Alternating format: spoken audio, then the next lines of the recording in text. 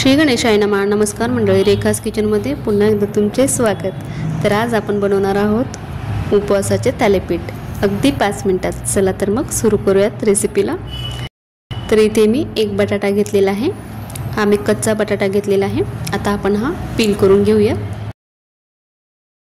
आता आपण हा किसणीने किसून घेणार आहोत। पील केल्यानंतर मी बटाटा स्वच्छ धुवून घेतलेला आहे।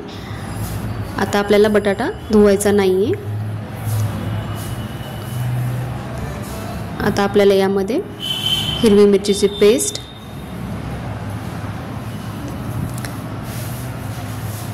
तुम्ही तुमच्या आवडीनुसार कमी जास्त करू शकता, चवीनुसार मीठ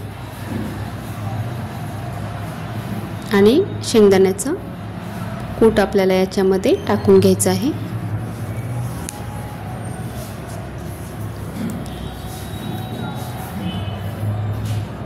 हे आपण चांगलं हिरवी मिरची आणि मीठ टाकल्यानंतर हे आपल्याला चांगलं असं मिक्स करून घ्यायचं आहे।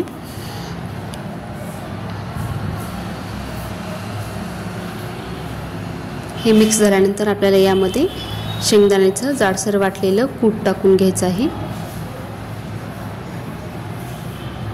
आणि आता आपल्याला हे परत मिक्स करून घ्यायचं आहे। एका साईडला मी फ्राय पॅन पण ठेवलेला आहे गरम व्हायला।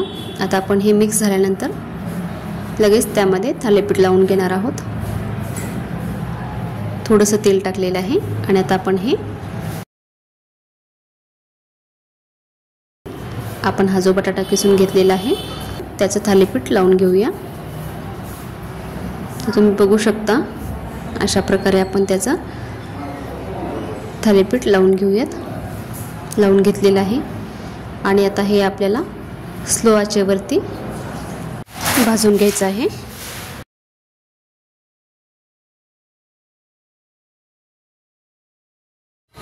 तर आपल्याला हे एका साईडने 2-3 मिनिटं भाजून घ्यायचं आहे। थोडा वेळ लागतो शिजायला। थोडंसं तेल टाकलेलं आहे मी।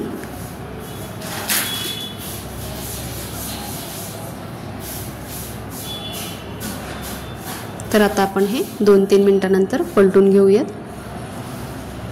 तुम्ही बघू शकता हे असं ब्राऊन असं झालेलं आहे, गोल्डन ब्राऊन, आणि हे इझिली पलटलं जात आहे। तुम्ही बघू शकता यामध्ये आपण कुठलंच पीठ वगैरे ॲड केलेलं नाही आहे, फक्त बटाटा आहे, हिरवी मिरची, शेंगदाण्याची पावडर आणि मीठ टाकलेलं आहे। तुम्ही बघू शकता किती छान आपलं असं थालीपीठ हे झालेलं आहे। आता आपण पलटी केल्यानंतर या साईडने पण 2-3 मिनिटं मंद आचेवर भाजून घेणार आहोत। असं भाजून घ्यायचं आहे, मंद आचेवर भाजून घेणार आहोत। तुम्ही बघू शकता अशा प्रकारे मी दोन्ही साईडने खरपूस असं हे उपवासाचं थालीपीठ भाजून घेतलेलं आहे।